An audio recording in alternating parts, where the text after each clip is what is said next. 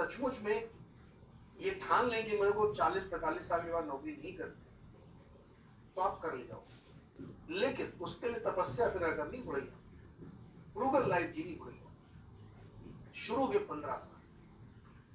और आप अपना जो 20% वाला फॉर्मूला था वो और बढ़ा दो, 40 कर दो। आप चमत्कार देखेंगे 15 साल बाद, तो आपको लगेगा कि अब शायद मैं नौकरी छोड़ दूं तो मेरे जीवन में कोई असर नहीं पड़ेगा। वो SIP को हम लोग SWP में कन्वर्ट करा देते हैं। इट कैन हैपन, बट वो क्या आप 15 साल इस मोह से छूट पाएंगे कि एप्पल का 17 प्रो मैक्स में नहीं लूंगा, मैं थाईलैंड घूमने नहीं जाऊंगा, मैं बर्गर नहीं खाऊंगा, मैं वीकेंड पार्टी नहीं करूंगा ब्रॉड प्लेस में, बर्गर सिंह क्या नहीं जाऊंगा। ये फ्रूगल लाइफ का जो तपस्या है बहुत कठिन है, रास्तिक कर नहीं सकता। फिर इसमें लोग कहेंगे यार जब इतनी तपस्या करें तो पैसा कमा क्यों रहे हैं। ये भी एक जनरल क्वेश्चन है और लॉजिकल है। ये हम जब पूरी जिंदगी यही कमाएं क्या अगली पीढ़ी लगाए, अगली पीढ़ी अगले के लिए, तो एंजॉय कौन करेगा। That's the question. इसका जवाब ये है कि भाई आप ये क्यों मानते हैं कि 40 के बाद आप एंजॉय नहीं कर सकते। आप देखिए रहे आजकल के जमाने में क्या चल रहा है, सब एंजॉयमेंट 40 के बाद ही चल रहा है, यहाँ से लेके अमेरिका तक। तो for that enjoyment you need money, तो वो मनी आप कहां से उठाएंगे।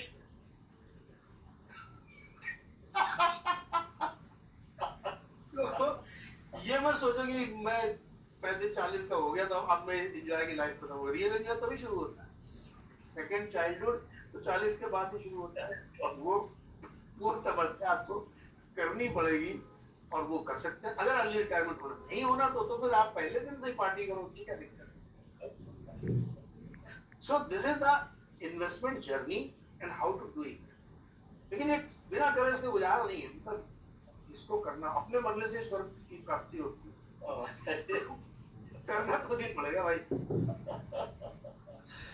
क्या एक ऐसा पर्याय, ये बहुत आपने बहुत महत्वपूर्ण बात कही कि करने से ही होगा, लेकिन और जैसे आप कहते हैं कि गलतियां हम सेम एज एवर करते रहते हैं, कोई एक और ऐसा फार्मूला आप दे सकते हैं भाई चलिए ये रिस्क है, मतलब ये वार्निंग हो सकती है, या जैसे आप कह रहे हैं हैमरिंग हो सकती है कि नहीं देखिए ये नहीं किया तो ये होगा। एक तो आपने बताया करने से ही होगा, अब इसका एक उल्टा साइकिल भी हो सकता है, जो एक मेंटलिटी होती है, ह्यूमन मेंटलिटी, मैं समझता हूँ कि आप करने से ही होगा, वो कम समझ में आता है। ये आप बताएं कि अगर नहीं करेंगे तो क्या होगा, तो शायद थोड़ा सा एक हैमरिंग और ज्यादा होती है। सुनते रहते पाप किया तो गरम कढ़ाई में तेल में डाल के आपको पकाया जाएगा, फिर डर लगता है। फियर बहुत जरूरी है। एग्जैक्टली, बहुत अच्छा सवाल है आपका। इसके बारे में मेरी एक वेल थॉट आउट थ्योरी है, बहुत ही, मतलब ये रैंडम क्वेश्चन आपने पूछ लिया, लेकिन ये मेरी बहुत well thought out research database story है। गलत लग रहा है आपको सब? नहीं, ये एकदम सही सवाल है, ये सवाल लोग पूछते नहीं, तो ये सवाल आपने पूछा इसके थैंक यू आपको। ये मेरी बहुत प्रोफाउंड थ्योरी है कि जीवन के 2 फेज हैं। एक फेज में चप्पल घिसनी है, पहले या बाद में चॉइस आपकी, इसको कोई बदल नहीं सकता, दुनिया की कोई ताकत इसको रोक नहीं सकती। आपको आप पहले मजा लेना चाहते हैं कि बाद में, दोनों टाइम आप नहीं ले सकते। जो शुरू में संघर्ष करेगा वो बाद में ऐश करेगा, जो शुरू में ऐश करेगा वो बाद में संघर्ष करेगा। आप हमारे आपके अपने अड़ोस पड़ोस रिश्तेदारी में, दोस्तों में देखिए कि जिन लोगों ने शुरू में ध्यान दिया अपने करियर पर, अपने इन्वेस्टमेंट पर, अपने फ्यूचर पे, वो उम्र के दूसरे पड़ाव में बहुत संघर्ष में जीवन जीते रहते हैं। उनके लिए घर बनाना, बच्चों को पढ़ाना, ट्रेवल करना बहुत कठिन हो जाता है। और जिन्होंने पहले कर लिया उनकी लाइफ हंकी डोरी, ये एकदम प्रूवन फैक्ट है। तो मैं तो हमेशा कहता हूं कि एक बार संघर्ष करना है, पहले बाद में, चॉइस इज योर्स। और उसकी न्यू, हम लोगों ने जब पेरेंटिंग का शो किया वहीं से शुरू हो जाती है, वहीं से हो जाती है। और उसमें भी किसी भी व्यक्ति के, चाहे वो लड़का हो चाहे लड़की, उसके जीवन के महत्वपूर्ण वर्ष हैं 9, 10, 11, 12। जब वो इन 4 कक्षाओं में होते हैं वहीं से तय हो जाता है आपका कि आप कैसा करोगे अपनी लाइफ। तो पहले मजे ले लो, तो बाद में संघर्ष करो। और वो संघर्ष भैया जी इतना कठिन होता है, बाद वाला संघर्ष ज्यादा मुश्किल होता है। हम लोग जितनी आसानी से समझा रहे हैं बातों में, वो जो आदमी फील कर रहा होगा वो कनेक्ट करेगा कि उसको एक एक रुपए की वैल्यू पता होती है। बताओ। कि आपको बच्चे की फीस भरनी है तो आपको संघर्ष करना है, मकान खरीदना तो संघर्ष करना है, नौकरी बचानी है तो संघर्ष करना है। और आजकल तो जमाना ऐसा आ गया कि जैसे आप 45 क्रॉस करते हैं आपकी नौकरी पर तलवार लटकने लगती है कि कभी भी आपको बोला जा सकता है थैंक यू। तो आप और एक चिंता में डूबे रहते हैं, नौकरी बचानी है। आप कितने डिप्रेशन में रहते हैं ये आप सोच के देखिए। तो इसलिए पहले कर लो भाई, ज्यादा फायदे में हो, क्योंकि बुढ़ापे में शरीर भी साथ नहीं देता है।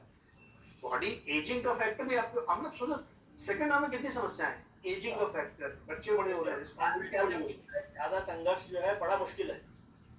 पहले जो आप संघर्ष कर रहे हैं उसमें तो आपका संघर्ष कुछ नहीं है, सारी जिम्मेदारी माता पिता ले रखे हैं, आपको खाली मजे ले रहे हो आप। लाइफ भी आपकी कंफर्ट जोन में है। दरअसल उसको मैंने संघर्ष नाम दे दिया, वो संघर्ष है ही नहीं, हाँ। बाद वाला रियल संघर्ष। तो पहले कर लेने में बेटर है, वरना फिर वही वरना वो तेल की कढ़ाई में चले जाओ, डर है। सेफ्टी कवर है। पहले वाले संघर्ष में तो सेफ्टी कवर आपके पास है ही, पूरा कवर है, आपको कोई चिंता नहीं है। आपकी सक्सेस या अनसक्सेस भी आधा क्रेडिट माता पिता को मिल जाता है आजकल, तो वो भी से आप बच गए।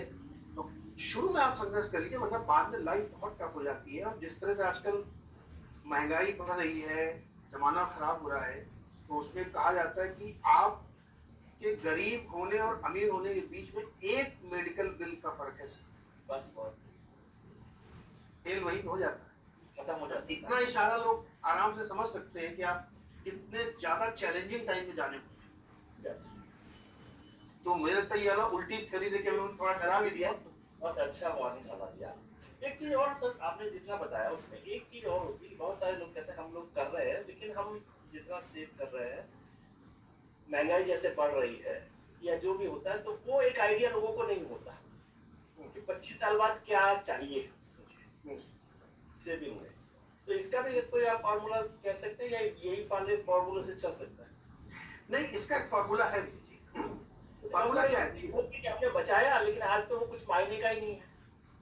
हाँ, उसका फार्मूला ये है कि जैसे आज हम कोई चीज बचा रहे हैं और हमको लगे 25 साल बाद उसकी कोई वैल्यू नहीं है, तो उसमें जो इन्फ्लेशन है ना, वो आपकी करेंसी को ईट कर रहा है, वो आपकी वैल्यू घटा रहा है। कि जो चीज आज आपको 100 रुपए मिल रही थी वो 1 साल बाद 105 रुपए की मिलेगी, क्योंकि 5% का एनुअल इन्फ्लेशन लगेगा उसमें। तो उसी 5% को आप डालिए। तो जो भी आप रिटर्न कमाना चाहते हैं, जो भी आप इन्वेस्टमेंट करते हैं, उसमें जो रिटर्न आपको मिलेगा वो इन्फ्लेशन से ज्यादा होना चाहिए। वो जोड़ कर करें।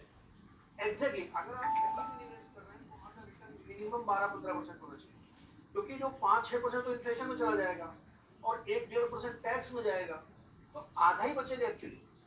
इसीलिए मैंने कहा कि कुछ रिस्की एसेट जहां पे आप मैक्सिमम रिटर्न ले सकते हैं मार्केट में, शेयर मार्केट, वहां से आपका कवर हो जाता है। आप आज 7% की एफडी अगर आप कर रहे हैं तो एक्चुअली आपका जीरो रिटर्न, क्योंकि आप उसमें इन्फ्लेशन और टैक्स काट दीजिए तो आपको बचा क्या? कुछ भी नहीं बच रहा। तो एफडी जीरो, उसमें कुछ फर्क नहीं। 5-7 साल बाद जो आज एफडी करें उसकी वैल्यू उतनी होगी। तो आप ऐसी जगह डालिए जहां पे थोड़ा रिस्क तो है, लेकिन रिटर्न बढ़ने की संभावनाएं ज्यादा है और हो जाता है। मतलब एक शॉर्ट टर्म में अगर आप 10-15 साल के निवेश करें तो उसमें मिल जाता है पैसा।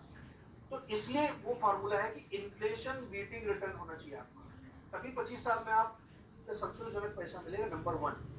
नंबर 2, अगर आपको लगता है कि आपकी जिम्मेदारियां आगे बढ़ सकती है, आपकी लाइफ थोड़ी सी और हो सकती है, तो जो मैक्सिमम आप सेव कर सकते हैं, मैं यहाँ कोई फार्मूला नहीं दूंगा कि 20% कि 30%, जो भी आप अधिकतम जितना आप कर सकते हैं उतना करिए। आप 30% कर सकते हैं, 40। हालांकि हमारी सैलरी इतनी ज्यादा है कि हमारे मंथली खर्चे तो इतने है नहीं, आप 50% करिए ना, आप 50% सेव करिए ऐसे अलग अलग इंस्ट्रूमेंट्स में, तो फायदा मिलेगा। और रिटायरमेंट के लिए जो फायर का फॉर्मूला चलता है वो आज के लिए चलता है कि आपका एनुअल एक्सपेंसेस का 50 to 60 टाइम्स आज जो आप करते हैं, तो आप एक बेटर लाइफ उसी समय, मतलब सेम खर्चे विद इन्फ्लेशन। एसडब्ल्यूपी में बड़ी गड़बड़ लोग करते हैं कि एसडब्ल्यू में तो बता दिया कि आपके पास 1 करोड़ है, आप हर महीने 50,000 रुपए निकाल लो, आपका काम चल जाएगा। हाँ। गलत है ये। उसमें हर साल इन्फ्लेशन भी तो जोड़ो आप। हाँ, तो वो तो 50,000 रुपए 5,000 रुपए हो जाते हैं बाद में जाके। हाँ, तो आज इस साल आपने हर महीने 50 निकाले, तो अगले साल आपको 55 निकालने पड़ेंगे, क्योंकि इन्फ्लेशन भी जोड़ो आप उसमें। जी हाँ। तो वो कवर करने के लिए आपको 50 या 60 टाइम्स लेना पड़ता है। कुछ लोग एक बॉलपॉक नंबर बोलते हैं कि $1 million is more than enough for your retirement if you can collect, तो 8-9 करोड़ हुआ। तो अगर आप 15-20 साल की जर्नी कर रहे हैं तो ये असंभव न फिगर नहीं है। सुनने में बड़ा लग रहा होगा आपको, लेकिन 15-20 साल अगर आप हो जाएगा। systematic- आराम से हो जाता है, आराम से हो जाता है। कोई बहुत चैलेंजिंग टाइम नहीं, बट अर्ली इन्वेस्टमेंट करना पड़ेगा, नहीं तो फिर वो दूसरा वाला उल्टा वाला फॉर्मूला चलेगा। चलिए सर, ये तो बहुत अच्छी बात आपने बताई है। मेरे ख्याल से अब कुछ लोग जो गलतियां करते रहे वो उसमें भी कुछ सुधार करेंगे, क्योंकि ये रिवीजन जो आपने किया है, रिवीजन का हमेशा फायदा होता है ना। एग्जाम में भी आप रिवीजन क्यों करते हैं? क्योंकि बहुत सारी बातें पढ़ रखी है लेकिन भूल जाते हैं, तो रिवीजन कर कुछ याद आ ही जाता है। पास तो हो ही जाते हैं, रिवीजन कर लिया तो। पास तो हो जाए, बिल्कुल बिल्कुल बिल्कुल। चलिए सर, क्या बात करें हम आखिर में स्टार्टअप को लेकर? क्या यस, एक बहुत ही मजेदार दिलचस्प स्टोरी